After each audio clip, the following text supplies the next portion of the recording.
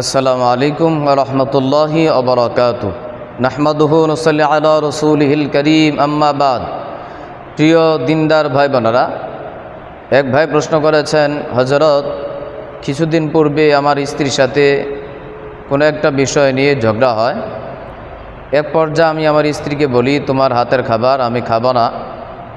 4-5 minute পরে পুনরায় আবার আমার স্ত্রীকে আমি বলি, তোমাকে আমি ছেড়ে দিয়েছি, আমি তোমাকে ছেড়ে দিয়েছি। কথাটা ভয় দেখানোর জন্যই বলেছি, তালাকের নিয়ত আমার ছিল না।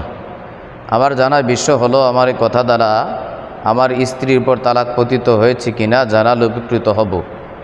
প্রিয় ভাই, আপনি আপনার স্ত্রীকে যে দুইটি কথা বলেছেন, প্রথম যে কথা বলেছেন তোমার হাতের খাবার খাবো না, এই কথার মধ্যে তালাক বোঝায় এমন কোনো শব্দ না থাকার কারণে কথা দ্বারা তালাক পতিত হবে না।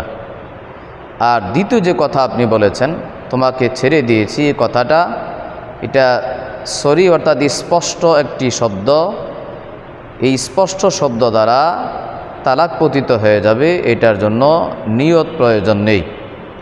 এই কথা দ্বারা এক তালাকে রাজিই হবে। এখন ইচ্ছে করলে আপনি আপনার স্ত্রীকে রাখতে পারবেন। যদি আপনার স্ত্রীকে আপনি আবার পুনরায় স্ত্রী হিসেবে গ্রহণ করেন, তাহলে ভবিষ্যতে আপনি 2 তালাকের মালিক থাকবেন। কখনও যদি আপনি স্ত্রীকে 2 তালাক দিয়ে দেন, তাহলে আপনার স্ত্রী সম্পূর্ণ আপনার জন্য হারাম হয়ে যাবে, আর রাখার কোনো সুযোগ নেই। সূত্র খোলাসাতুল ফাতাওয়া 2 নম্বর খণ্ড 82 নং পৃষ্ঠা, আহসানুল ফাতাওয়া 5 নম্বর খণ্ড 166 নং পৃষ্ঠা, ফাতাওয়া রহিমিয়া 8 নম্বর খণ্ড 296 নং পৃষ্ঠা। আল্লাহ তাআলা আমাদেরকে বুঝার আমল করার তৌফিক দান করেন।